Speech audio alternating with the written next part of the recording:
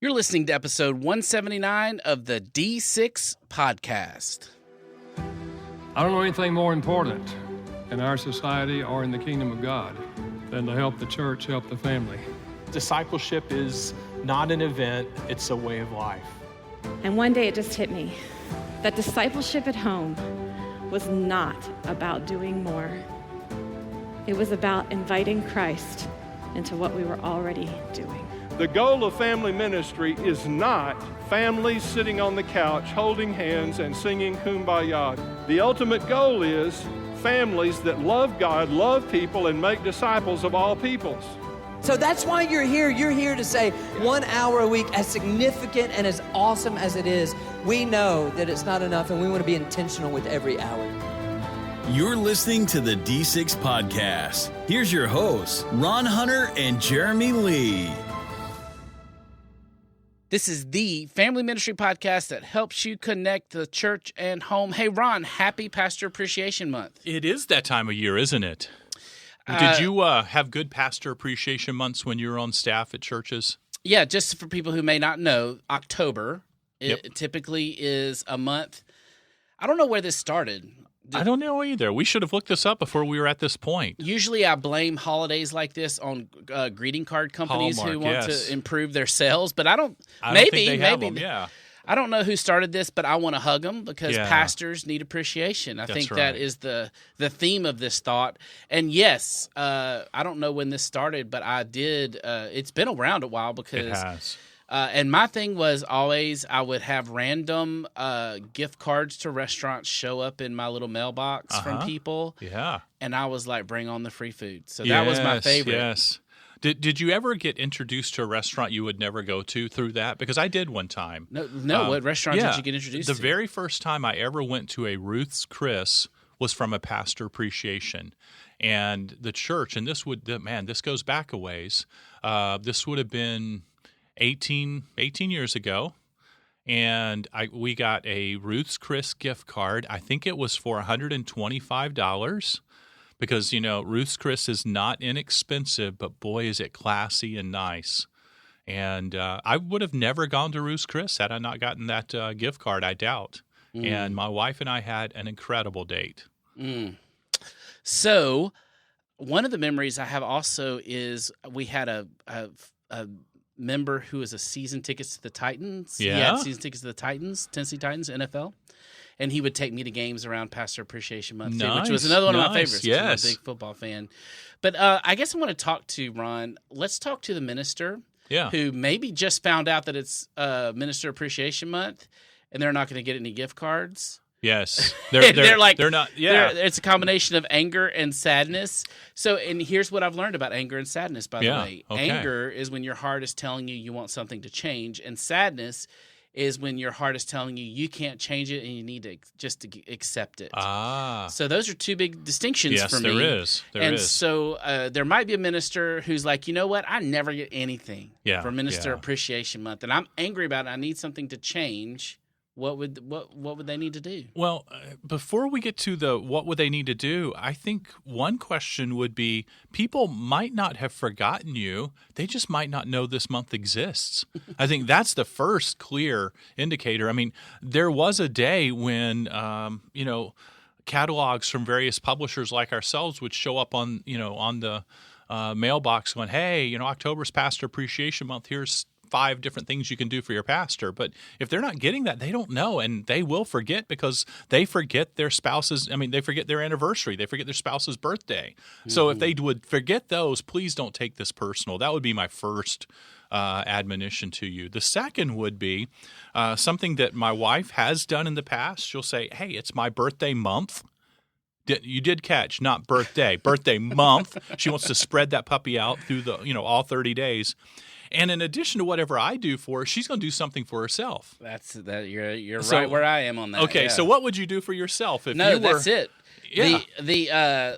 I think there's for me there's a couple of things. First of all, a lot of us are in settings where we have other ministers on staff. Yeah. So if that's true, number one, let's do for others what we wish people would do for us. Let's start there. Yes. So you have other ministers, go appreciate them in some way.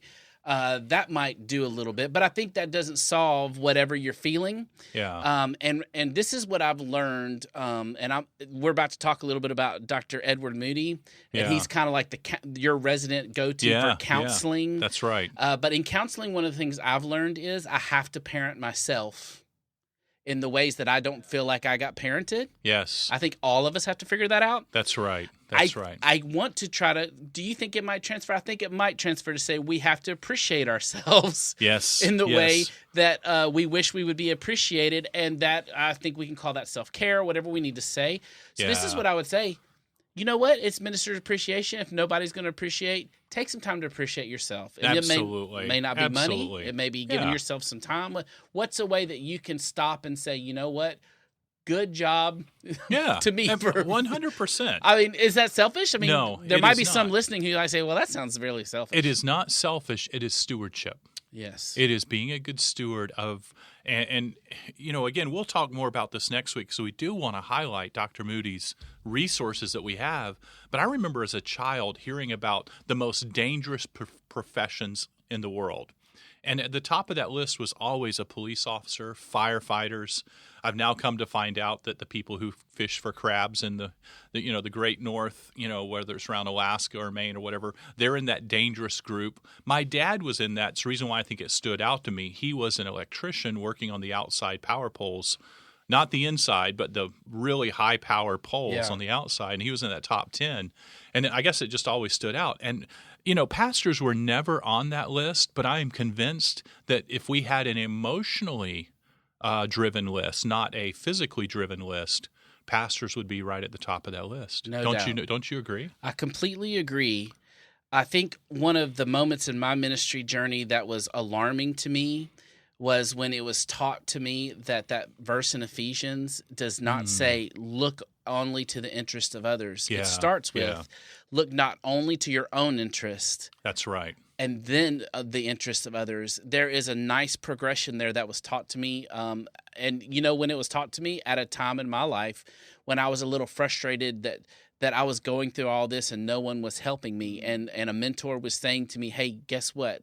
You have a responsibility to help yourself. That's right. Along with others helping you. So look on. And so I would say to my ministers who are listening that want that appreciation and aren't getting it, look to your own interest for a little bit. And it's not selfish. It's actually healthy to appreciate yourself a little bit. 100%. And then know this, even though I may not know you personally, know that I respect anyone who takes on this role of minister. I have a little bit of experience knowing what it's like, and I know you're putting yourself out there in one of the most vulnerable places ever, and I appreciate you. 100%. Yeah. Ron would echo that. Yeah. So if no one else does, you get it from us. We appreciate you. Way to go. That's right. So love on yourself, and there's 2 or 3 things you can do for that. Go buy yourself a restaurant gift card. And make it a date night. You could register for next year's D6 conference and come free because we give you a code for Bring My Boss, and you get in free. Dr. Moody, we mentioned his resources. He just released one in his first aid series called Supporting Those Who Minister. And this is a little bit thicker than the smaller pamphlets, but it doesn't rise to the level of a full book. But in all of his ministry, he's been helping those in the pew, and the pastor's been calling, going, man, I'm almost burned out. I'm facing this. And let me just read you a handful of lines on this very first page of this book. He said, there's nothing like ministry. Nothing is as exciting as experiencing life with people in a congregation, or as exhausting as helping people through the inevitable difficulties that arise across the lifespan. He goes on with, there's nothing is like the sense of community felt when you enjoy fellowship in the ministry, or like the loneliness you feel when you think no one understands what you're experiencing. Nothing is more fulfilling than the feeling one has when they have ministered well. And nothing is like the despair felt after erring in ministry by failing in some way or letting other people down. And he goes on with these. He talks about, he said, there's nothing like the highs and lows. That should be resonating with everybody who's listening. And this book goes on to help with that bounce that we go through emotionally from one extreme to another. We could be celebrating literally the birth of a new child, and the next day we could be burying a key congregant that we've loved and walked alongside for so many years. So you do need to love on you. You need to get some resources like this. Maybe buy one for each one of your key staff members. You could read this in one setting very easily, and it would just be encouraging to you, to remind you why you have answered this call, and it is a call.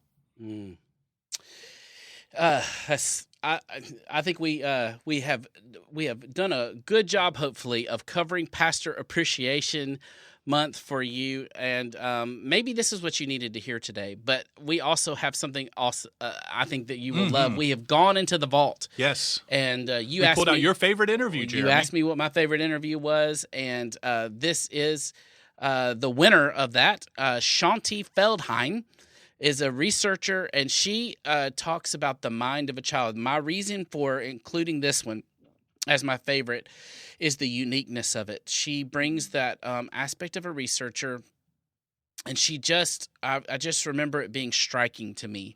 And I hope you feel the same way. I hope you enjoy it. And so after the break, we'll hear from Shaunti Feldhahn on the mind of a child. We'll see you then.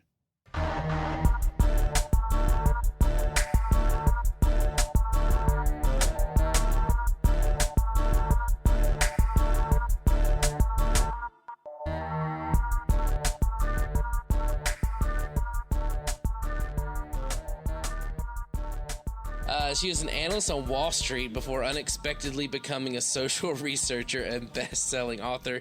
How do you stumble into that? We'll have to figure that out. We can talk about that. Today, she applies her analytical skills to investigating eye-opening, life-changing truths about relationships, both at home and in the workplace.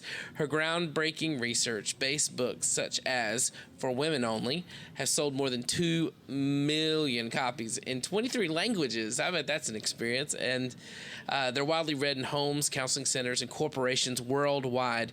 Where the only series revealed the often unseen needs of men and women, her newest multi-year research projects, published in The Surprising Secrets of Highly Happy Marriages and The Good News About Marriage, are giving couples and the culture hope that great marriages are possible. We need more of that message, right?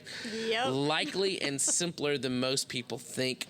Shaunti's findings have been featured in media as diverse as The Today Show and Focus on the Family, The New York Times, Mom Life Today. Shaunti and her husband, Jeff, live in Atlanta with their teenage daughter and their preteen son and 2 cats who think they are dogs. I love it. Welcome. Thank you for being here. It's good to be with you. Wow, that is impressive. That's just it was really, way too long of a bio. I'm sorry. I love that bio. That was awesome. And if nobody was interested after hearing that bio, they're ready. They're ready to engage. So let's do this. I mean, for me, the theme of this is going to be we want to get into the inside the mind of a child. Yeah. Okay. So you've said that you have cats that think they're dogs. You want to talk about those kids first? Well, before I get into it, I need to know about that. Let me know about this. Yeah. Well, it's actually kind of funny because there's an analogy here, I think, because everybody thinks that cats are unloving. You know, they don't really care about you. You know, you have the idea of they're off on their own, they're independent. And it turns out, actually, that if you show them love in the way they need to be loved, that they're actually incredibly affectionate. They follow you around the house. They come when you call them. You know, I mean, they think they're dogs, I guess. And you know what? I hate to say it, but it's kind of similar with teens and preteens and kids. Like, we got these assumptions that it turns out about their being all independent. They don't want us around. It turns out it's not true. We've seen in the research. Yeah. I love it. Okay, so in today's world, what do you think is the biggest struggles between parents and children, and what causes most of that conflict? Well, actually, I should explain that the reason I know the answer to this. Do you mind if I explain that to some degree? As a researcher, it is important for me to say I'm not a parenting expert, right? But I'm a researcher, and one of the things that we've done over the years is a really long multi-year research project to get inside the minds of teens and tweens, and even down into some of the younger years, although primarily teens and tweens. And one of the things that we were really trying to dig out is not what so many other people here have done, because they're doing what they're doing far better than I ever could. You know, they're working with the teenagers and youth groups, and I mean, my hat is off to them. But what I feel like I can add to the equation and add to the conversation is, what do you not know about what's going on inside there? Like, what's in the heart of a child or a teenager or a preteen that they don't necessarily know how to explain, but it's impacting everything about how they live their life, how they relate to you as a parent, how they relate to you as a youth worker. And so many youth workers and parents and teachers just don't necessarily know this stuff. So what I want to share is based on this multi-year study with, we've now interviewed and surveyed, done nationally representative surveys with more than, I think we're over 3,000 teens now and preteens. I don't know the exact number, but it's over 3,000. And we've dug out a couple of patterns that I think are really responsible for the conflict. So let me share one of those, if you don't mind. Yeah. So one of the most important things that a lot of us don't get, I have a 12-year-old and a 15-year-old, so my house is a petri dish for this stuff right now, is that parents have kind of the wrong understanding. When the kids reach this age, they start to get all nervous about who's a bigger influence on the kids, and is it, parents or peers? That whole debate. And it's understandable. I understand it personally. But what we found in the research is the answer is neither actually are the bigger influence. The biggest influence in the heart of a teen is freedom. Interesting. It's the influence and the motivation. It is their primary motivation by far. There's something in their heart that is yearning for freedom. And it is fascinating to watch how that causes them to do things in certain ways that sometimes parents see as rebellion. And sometimes it is, but sometimes it's not a bad heart. Sometimes it's not a rebellious heart. And instead, it's actually a healthy desire that is being misunderstood completely. Wow. So here's an example. One of the things that we saw in the research is, over and over, we heard from the teenagers the things that I'm quite sure every parent has heard when we were talking about this. And one kid put it this way. He was all agitated when we were talking about his parents, and he said, well, and it just drives me nuts when they take away my cell phone. Like, they can't do that. That's my cell phone. They can't take it away. And of course I'm like, did your parent pay for the cell phone? Yeah, but that's not the point. And as we started researching that, and like, what is going on there, I was talking to a psychotherapist who does adolescent work. And she said, what's going on there is freedom. She said, freedom is like cocaine to a teenager. Wow. It's intoxicating. It's addictive. You want more and more and more of it, and you're terrified of losing it. And so what you're hearing there is, don't you take away my cocaine, so to speak. Don't you take away my freedom. Wow. The difference, obviously, is that unlike with drugs, they're supposed to be getting this freedom. It's just that we don't understand it and we don't see it. And so we sometimes do things and teenagers get very agitated when a parent doesn't understand that motivation. A parent can apply discipline that for a parent just makes perfect sense. Like, it seems very proportional, but for a kid, it is the nuclear bomb of discipline because it's taken away their most precious freedom. Like, for example, maybe that kid's freedom trigger was a cell phone. And using the taking away of what is the most precious thing for a nuclear bomb infraction is appropriate in the kid's mind. Wow. But taking it away for something that's just like everyday stuff, that's when you see that agitation because there's a mismatch, and we as parents don't get it. I'm so glad you say that, because I feel like in the home there's a potential for a really cool economy where what the kid wants is freedom, what the parent wants is trustworthiness. It feels like to me, exactly. Being a Wall Street analyst, let's talk about this, right? Isn't there an opportunity to make an exchange? Exactly. You get more freedoms as you prove yourself more trustworthy. And if you mess up, here's what we're going to talk about. These freedoms are going to be withdrawn. But do you mind if I tell you a story of just to explain just how big of a deal this is, how important it is to find out what your kids' most important freedoms are and use those in a proportional way. So bottom line, we were working with someone who had a lot of teenagers in her house, and the teenage daughter got into an accident, had been breaking the rules about, young drivers, you do not talk on your cell phone while you're driving. She got into a little bit of an accident, and they said it's actually going to cost almost $1,000 to repair the front end of this lady's car. And they stopped and they thought, okay, because the normal reaction to that is, you're going to lose your cell phone for, 2 weeks and blah, blah, whatever it is. And so they thought, okay, they knew that the use of the cell phone was to her daughter her greatest freedom. Like, that was her biggest thing. And so she and her husband sat down with their daughter and said, okay, we're going to give you a choice. Would you rather, it was just the start of the summer break, would you rather lose your cell phone for 2 weeks, or you're starting the summer break, your little summer job, making $7.50 an hour at the local movie theater? Would you rather work all summer for almost no take-home pay for yourself to pay back that almost $1,000 worth of damage and keep your cell phone? Which would you have? Not even batting an eye. This girl said, I will work all summer. I will give you my entire paycheck for 4 months. Just don't make me lose my cell phone for 2 weeks. Oh, wow. Now, I'm sorry, that's psychotic. Yeah. However, it was interesting. These are good friends, and I was in and out of their house all summer. And I watched as this kid every 2 weeks came home with her paycheck very happily, handed it over to her mom and dad without a smidge of resentment and without a smidge of that, that you see, because to her, that was proportional.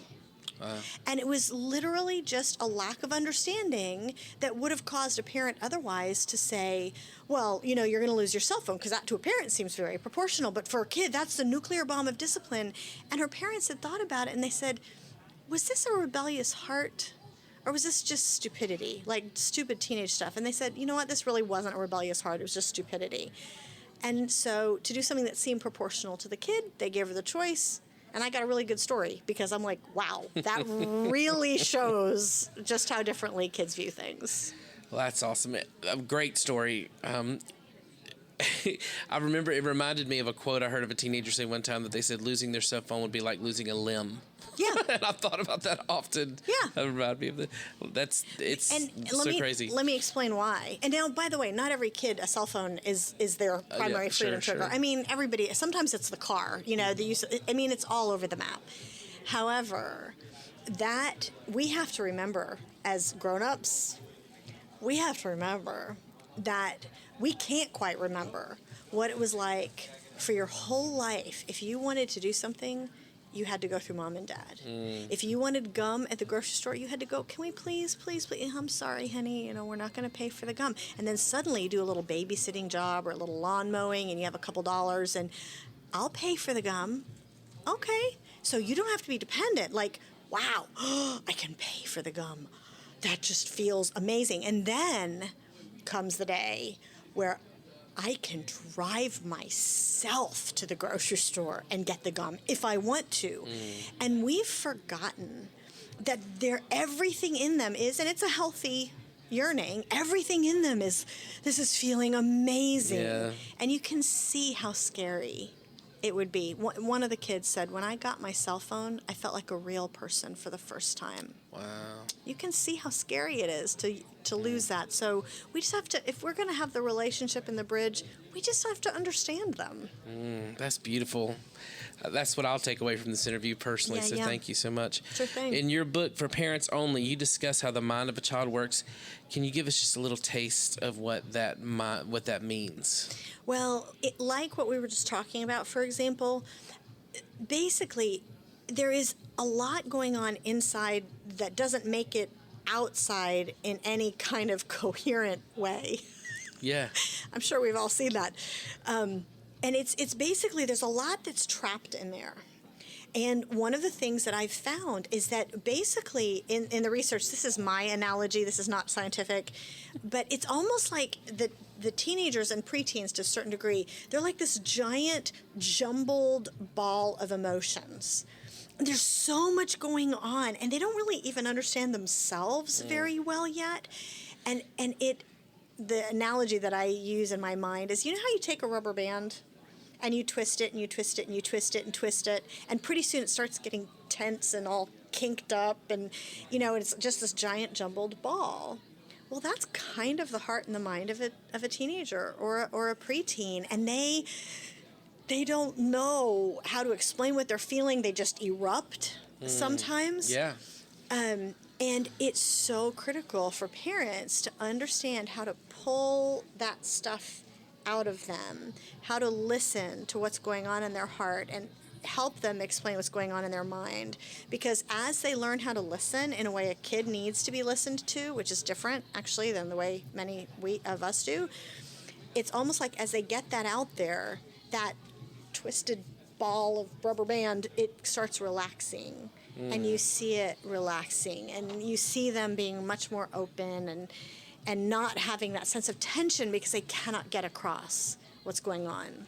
It's almost, I hate to use the analogy, I don't mean this to be offensive to kids at all, but it's almost like what every parent of a 1-year-old has seen, where they're old enough to have feelings and to know what they want, and they cannot communicate it at all. All they can do is kick and scream.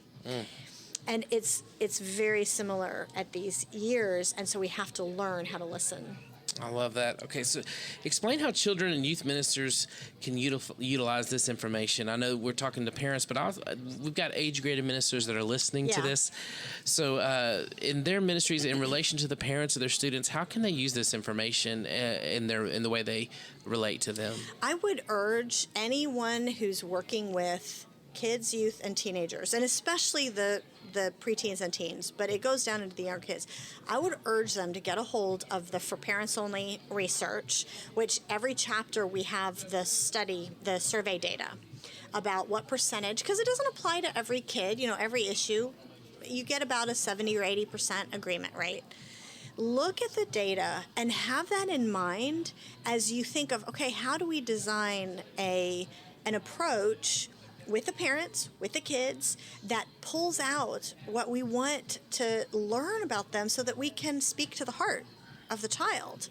For example, this idea of listening, right? How do you do that? What is it like to listen to them in a way they feel listened to? And how do you teach a parent that? Because every parent and probably every youth worker has heard, you're just not listening to me, and it's usually said after you've been listening for 10 or 15 minutes, right? Yeah. There's that tangled ball again. And what we found is that listening to a kid means don't listen to the words I'm saying to you and the problem I'm bringing to you and the fact that my teacher embarrassed me in front of the class, because for us as parents, we instantly want we're focused on that problem so that we can take the pain away, so that we can, your teacher embarrassed me in front of the class. What's his number? I'm going to call him right now, right? And you hear, you're just not listening. What? What it means to a kid, listen to them, means listen to my feelings. Don't listen to the problem. Listen to my feelings about the problem. And so when you ignore, it's going to feel really weird. If you ignore the problem, if you ignore that Mr. Johnson embarrassed you in front of the class, completely ignore that and ask questions about the feelings. Ask questions about, well, did you feel like kids were laughing at you when he said that? What did Jessica say? And, you're pulling it out, and then, yes, that's what I felt, and you pull it out. That's when you start to see that tangled ball start to relax. And then once you see that, that means they've felt heard. Once they feel heard, then and only then does a kid want you to sit down side by side and figure out, okay, do we even need a solution? Do you want me to call Dr. Johnson? No, it's okay. I got it. But you can't do that until the kid has felt heard. And the only way for them to feel heard is to listen to feelings. And by the way, it's the same thing often that in the marriage stuff we do, we tell husbands about how to listen to their wives. You'd think and I was surprised by this, that the research would show that this was primarily for girls, and it wasn't. It was equally applicable to boys. Boys wanted their feelings listened to just as much as girls did. Yeah. I don't know when a teenage boy turns into a big, strong man that, just wants to fix it. But, at the age of 17 and 18, they still wanted this. So one of the things you've been working on a lot lately is helping the church understand how to confront and prevent so many of the problems that arise for boys and men, specifically in our sexualized culture. Yeah. So will you please tell the parents and youth leaders that are listening about your newest book, Through a Man's Eyes, and how this can help them in their homes and Sure, ministries? yeah, absolutely. So one of the things that I've seen over the years is that it's actually one of the trends that concerns me the most. Because there's no other single issue, none, not one, that affects so many millions and millions and millions of boys and men today in this culture that we're living in, that so many millions and millions of women are completely blind to. It turns out our brains are actually wired differently. The way God wired the male brain and the female brain, when we see those sites that are out there in the culture, the cover of Cosmo or that advertisement that's on the television and flashes away, and the girl that's walking across the parking lot wearing not much, right? It turns out our brains process it completely differently. Interesting. And so it turns out that for men and boys, from the youngest age, it stimulates their brains very sexually. And without them wanting it to, it just happens. And then they have to make a choice. What do they do with that? And so many men have to constantly, all day, from the boys, from the age up, have to, if they want to respect women, if they want to honor God, that sexual stimulation happens and they have to choose to look away or take that thought captive. And then 5 minutes later, they see another image. And then 10 minutes later, they see something else in the mall, and constantly having to make that choice. Now, for women, when we see attractive images, that type of stimulation has never happened. We've never experienced that thing that happens in a guy's brain. I'm probably not even doing a good job explaining it because I've never experienced it. But literally, there's a different part of the brain that lights up. And so we've never had to make that kind of a choice in the same way that a guy has to. Yeah. And so as a result, you have millions of men that are out there fighting this lonely battle. And some of them, thankfully, are, they're in their church men's group or whatever. But that's a tiny percentage of men, because this affects, depending on the survey, it affects about 97% of men. And a lot of guys told me that 3% is the liar, liar, pants on fire cohort, which I found kind of funny, actually, but whatever. But because it affects close to 100% of men, you would think that close to 100% of women would know it or want to know it, because it's basically our husbands, our sons that are out there trying to navigate this culture, and yet we don't even know it's happening. And so if you're going to support men and boys, any church that wants to support men and boys and wants to confront problems like, for example, the problem of pornography use, which traps people even if they don't want to be trapped. If you're going to confront that or prevent it, which is even better, which is all the work you guys are doing with the youth, if you want to prevent it, if you want to confront it, there is no solution other than you have to enlist the awareness, the understanding, the support of women. Wow. A husband has to be able to talk to his wife about this. And a mom has to understand her son. I mean, how many of us have left the Victoria's Secret catalog out on the island in the kitchen without having any clue that that's putting the skids under her son? Or he's Googled something on the internet and has just blown, I can't believe you did that, blah, blah, blah, blah, blah. Okay, understandably, that was wrong, but you've just responded in a way that ensures he will never talk to you about this again. As opposed to, like, this is actually something that happened in our household, as opposed to where my son came to me in tears and said something had popped up and he'd been so tempted, he knew it was wrong, and he clicked on it.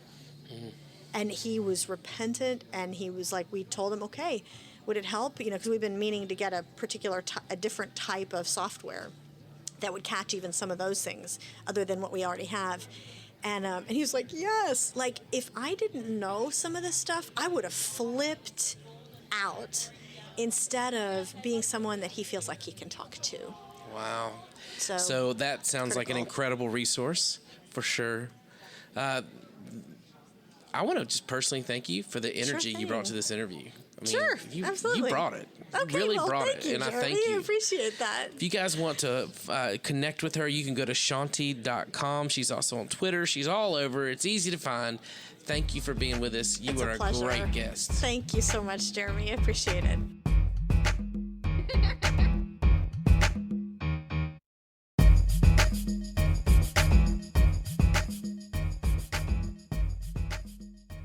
I have always loved Shaunti's approach. If you didn't know she was a researcher, if you didn't know she had that geeky background, you would just see the total practical side of her. Mm-hmm. And you brought that out. And when we face this, we're always wanting the best for our kids. And you were telling me something off the air that I found a great exchange. Can you share that with our listeners, what you were working through there to help us understand and kind of unpack this a little bit more? Well, one of the things that comes out in this interview, I mentioned a little bit in the last episode as we were teasing this, was she talks about the influences you guys just heard about parents and kids. Who she was trying to figure out who is the greatest influence. And her kind of discovery based on actually talking into the families and to the actual teenagers and children, she realized that what was driving them most was their desire for freedom. Mm-hmm. And I was telling you that in my world, one of the things that we kind of teach ministers to talk to parents about is this idea of an economy of trust, that there is almost a transactional element inside of a family unit where a child or teenager desires that freedom. A parent desires, I want them to be responsible. I want them to be able to learn how to be able to handle freedom responsibly. Yes. And so we teach that there can be an exchange that happens that offers hope to both sides.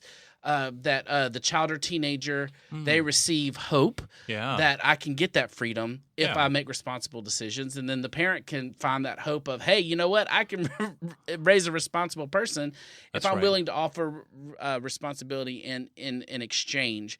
And it kind of just spoke to me in that interview that was like, yeah, that is – and I know in my family, that's regular language for us with my boys, which is, hey, guys, I see you're wanting this freedom. Man, I want to offer you that, but I need you to come back with me and let me track a little bit, and you show me that you can handle this responsibility. Yeah. So let me ask you a weird question. I'm sitting there thinking through that one.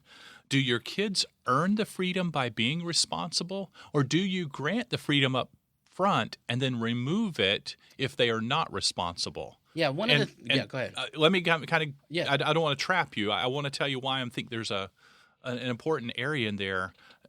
I don't want us to be on a performance side to where kids feel like, oh, I got to perform in order to earn something, because then they equate how dad treats them to how our Heavenly Father treats us, that, I've got to earn my favor with God. Yeah. And so I'm just curious, how do you handle that parenting-wise? Oh, man, thank you for that. The theme that overarches our parenting relationship is relationship. Yeah. It's all about relationship. It's all about relationship. That wins on every level. The relationship is never broken, no matter what. You can't do anything to break this relationship, and we will always act and live out of relationship. But the reality is, part of a relationship is trust. Yes, it is.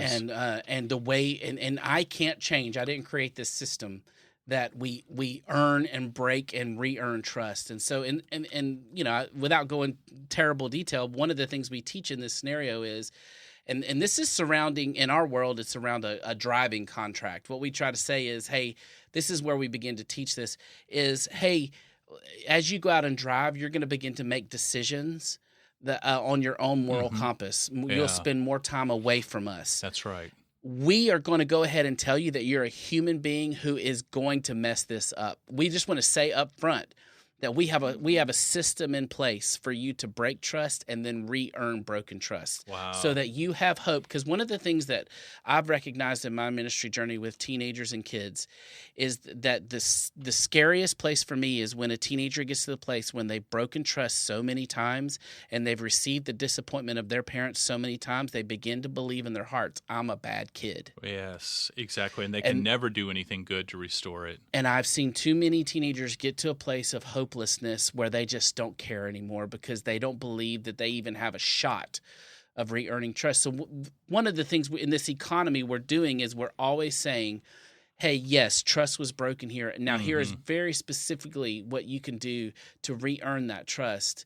Not as much performance, but as just a clear, hey, this is the set of expectations. Yeah, it's less, to me, it's less more performance and more about there's always hope. There's always hope. Yeah. And you are never at a place where you can't get this freedom back. And I'm going to always be very specific with you on how you can get this freedom back. And we teach parents as well, and this will be the last thing I say because I'm kind of taking over the podcast, but I say this. It's good stuff, Jeremy. It's good stuff. I say this with all my heart. The whole point of a system like this is to set the kids up to win. Yes, not to fail or to feel like a permanent failure. Where performance comes in is when parents take advantage of the economy to be able to say, I'm going to get what I want, and I'm going to make them have to really no. We want there to be easy wins, low hanging fruit, and slowly rebuilding that trust. And so there's a system in place for the child to feel hope. And let me speak to the parents here. Part of that restoring that child back to that trust relationship is not constantly reminding them of what they did that failed, but constantly affirming them of how they're getting to where they're going. Yes. They don't need to hear how bad they are, and we certainly need to absolutely filter our wording to where we never talk to our kids about the being, who they are. We always need to talk to them about their behaviors or their attitudes, not you're a horrible person. That speaks to the essence of who they are, and we should never say that. But we can say, you know what you said, that showed a very ugly attitude, or ever how we want to describe it, because behaviors and attitudes are corrective, but who they are is not in their minds corrective. So just caution parents as we do that. A regular diet of an expression of disappointment is what destroys the soul of a kid. Yeah. Because after a certain amount of time, if there's just constantly, my parents just constantly disappointed in me, a kid begins to say to themselves, I've got no hope of them ever loving me, believing in me. I've got no hope of being a good kid. I'm just I'm a bad kid. Yeah. Wow. And so my big thing about this is that the conversation is about hope and restoring hope and giving a very clear and easy path to re-earning that trust so that hope is always present, and it's not about constantly, you're disappointing me, you're disappointing me, you're disappointing me. That's right. Okay. Hey, thank you, Shaunti. See, absolutely. See the conversation it generated with us? It does. I think the same thing's happening. That's why I love this there. interview. Yeah. And I hope it generates conversation with you. I hope you are having a great week of ministry. Join us next week as we talk to my friend Keith Coast, who is completely a nut. He's a comedian and an illusionist, and you might think, well, why in the world? How does that fit in family ministry? I promise you it does. He speaks to families constantly, and that's his big message. And you'll hear from Keith Coast next week. You'll enjoy him. I promise. He'll make you laugh, and you'll have a smile. Please join us next week with Keith Coast. And again, like I said earlier, have a great week of ministry.